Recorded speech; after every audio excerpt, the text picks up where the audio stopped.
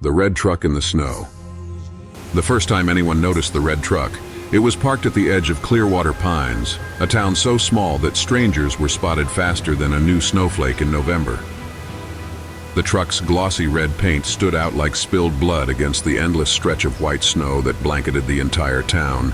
Its tires were half buried in a drift, yet the vehicle looked immaculate, untouched by the grime of the road or the salt from the plows. There was no sign of the driver. Doris Layton, the owner of the only diner within a 50-mile radius, was the first to mention it. "It's been sitting there all day," she said to her morning crowd, pouring coffee into chipped mugs.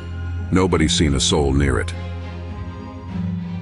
An aged red truck, rusted and weathered by time, stands motionless amidst the landscape. Its vibrant crimson color bleeds into the canvas of snow, too prominent to ignore, too strange to belong. The truck had an aura about it, an unnatural stillness that made people uneasy. By noon, the snow had thickened, swirling in relentless flurries, and yet the truck remained unclaimed. The tires of the truck are partially buried, the snow steadily engulfing them, erasing all traces of movement as though it had emerged from nowhere. There are no footprints, no signs of anyone nearby, just an unrelenting cold pressing against the core of the scene. Sheriff Dan Anders stopped by to check it out, his patrol car crunching through the icy street. He circled the truck, peering through the frosted windows. Nothing seemed out of the ordinary. No bodies, no bloodstains, no ominous notes scrawled in red ink. Just a clean interior, a half-empty coffee thermos in the cup holder, and a neatly folded map on the passenger seat. "Probably a drifter," Dan muttered to himself. "Got lost in the storm." But when he ran the plates, the system came up blank. No registration, no record, as if the truck had appeared from thin air. By the second day, whispers began to circulate. Mrs. Connors swore she saw a shadowy figure standing by the truck around midnight, though she couldn't describe the person. "Just wrong," she said, shivering as she clutched her scarf tighter, the way it moved, like it didn't belong here. That night, the power went out across Clearwater Pines. The blackout turned the already quiet town into a void of darkness, the howling wind the only sound. When the lights flickered back to life at dawn, the truck was gone. In its place, there was a trail of footprints leading from where the truck had been parked to the edge of the forest. The prints were strange, uneven, as if whoever made them was limping or dragging something heavy. Then the crunch of distant footsteps emerges. It's faint at first, distorted by the wind, but grows distinct. Someone approaches, a lone traveler, another piece to this unfolding enigma. Sheriff Anders followed the trail as far as he could until they disappeared into a patch of untouched snow deeper in the woods. Then they found Mark Hadley. He's dressed in layers of expedition gear, his jacket stiffened by frost. His face, partially hidden behind a scarf and snow goggles, betrays his battle with the unforgiving cold.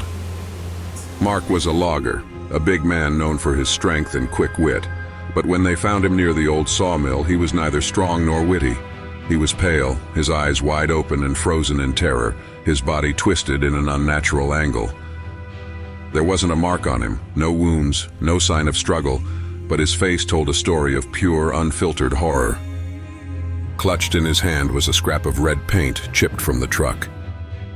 The town's unease turned to panic. Some tried to get closer. They pause, their heads tilting slightly as they notice the truck standing still in the clearing up ahead. The sheriff hesitates, his body language a blend of curiosity and caution. Who could have left a vehicle here in such an isolated place? And more importantly, why? Over the following week, more reports trickled in. A faint red glow was seen in the woods at night, always accompanied by an eerie hum that made dogs howl and babies cry. People claimed they heard the crunch of tires on snow even when no vehicle was in sight. And then there was the smell, a sharp metallic tang that lingered in the air, cold and biting. But they press on, their sense of intrigue outweighing the gnawing unease growing at the pit of their stomach. Doris Layton stopped opening the diner after dark. Parents kept their children indoors, and shutters were nailed over windows. Sheriff Anders tried to reassure the town, but his words felt hollow. He spent his nights parked at the edge of the woods, shotgun across his lap, waiting for something. He didn't know what. The truck reappeared one stormy night, back in the same spot where it had first been seen. This time, the snow around it was melted in a perfect circle, as if the vehicle radiated heat. Sheriff Anders, tired of the mounting fear, decided he had to confront whatever it was once and for all. He approached the truck, flashlight in hand, heart pounding in his chest. As he draws closer, the truck's eerie stillness becomes increasingly unsettling. There's something too deliberate about the way it sits there, unnerved by nature, refusing to blend into its surroundings. The sheriff removes his goggles, his breath visible in short, sharp exhalations as he inspects the scene further. As he reached for the door handle, the wind died abruptly, and the world fell into an unnatural silence. No crunch of snow beneath his boots, no rustle of branches, not even the sound of his own breathing. The truck's engine roared to life, though no one was in the driver's seat. The headlights flared, bathing the sheriff in an otherworldly red glow. He never made it back to town. The truck was gone again by morning, leaving behind only his badge, buried in the snow. For long, no one dared to find out anything about the red truck. This was not the case with Bruce, Sheriff Anders' brother. After returning from deployment in Afghanistan, it reappeared. He decides to find out for himself. He reaches the truck and pauses, standing motionless for a moment as if waiting for something to happen, some explanation for what he's seeing. His gloved hand brushes against the frosted edge of the window, attempting to peer through, but the glass is opaque with condensation. The cabin appears vacant, yet the emptiness feels far from reassuring. He circles the truck cautiously, stepping lightly as though afraid of disturbing whatever might be present. Reaching the truck bed, his attention is drawn to a rusted metal toolbox lying crooked amidst other debris. Snow clings to its surface, its edges marked with long-forgotten dents and scratches. Bruce hesitates, his trembling hands hovering near the lock of the toolbox, as if the mere act of opening it could unleash something irreversible. He glances over his shoulder, the weight of the surrounding forest pressing against him. No one is there, except the trees, the wind, and the ominous red truck. With a sharp inhale, he grips the edge of the box and pulls it open. A long groan echoes as the rusted hinges give way. The wind rises momentarily before quieting again, leaving only Bruce's shallow breathing. Bruce stares into the open toolbox, his expression unreadable beneath his scarf. Seconds drag by, the silence thick and suffocating, before an abrupt motion jerks him from his focus. The truck door slams shut with a loud, resonating bang. The sound cuts through the mountain's still atmosphere like a gunshot. Startled, Bruce whips around, his heart pounding as he stumbles a step backward. He scans his surroundings, eyes darting between the truck, the empty road, and the shadowy forest beyond. There is apprehension on his face, raw fear masked by frost-kissed brows and wide, unblinking eyes. He breathes heavily, each exhale pulling in like a window into his growing panic. But nothing moves now. There's no sign of anyone nearby, no tracks left in the snow, and no explanation for why the heavy door suddenly slammed. Bruce's gloved hand instinctively reaches for his knife, though his trembling fingers undermine any sense of defense. The truck looms silently behind him, just as still as before, its vibrant red paint catching the pale light like blood against the snow. Every passing second sinks him deeper into the suffocating realization that he is entirely alone, or worse, not alone at all. The wind howls once more, louder now, relentless. Snow kicks up in small flurries, disorienting Bruce as he attempts to retreat a few steps. The environment itself seems to rebel against him, the icy terrain growing slicker, the towering trees stirring unnaturally against the gusts. The truck stands in defiance of the chaos, unmoving and unnervingly present. Bruce focuses on the scratches along the driver's side door, minute cracks in the windshield. Every detail feels deliberate, as though each mark tells a story. Bruce glances at the truck again, his eyes narrowing. It's become more than a simple vehicle to him now. It feels alive, watching.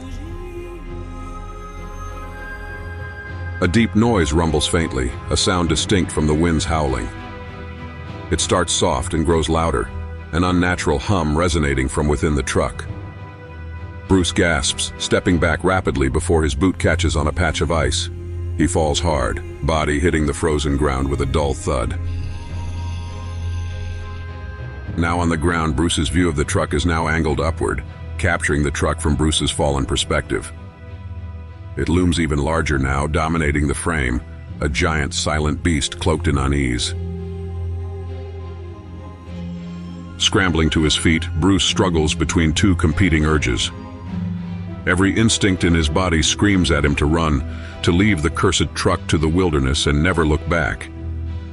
But another part, a dangerous, reckless part, is tempted to stay, to unravel the secrets buried within the metal shell, to find out what killed his brother Dan. His eyes linger on the truck for a moment too long. He holds the gaze, pulling himself into rampaging trepidation. The red paint, the rusted edges, the empty windows, all of it feels suffocatingly present. Finally, he remembers his military training and takes a cautious step backward, shaking his head as if to break free of the truck's pull. He turns away, beginning a hurried retreat back toward the road, but the eerie hum from the truck grows louder, pressing against his back like an unrelenting shadow. Bruce doesn't look back, marching forward with unsteady steps, but something in the shifting wind suggests that the truck isn't done with him yet. The truck stands solemnly as Bruce disappears into the misty horizon. The truck stood still and lingers, its features once more rebellious. It is more than just a lifeless vehicle.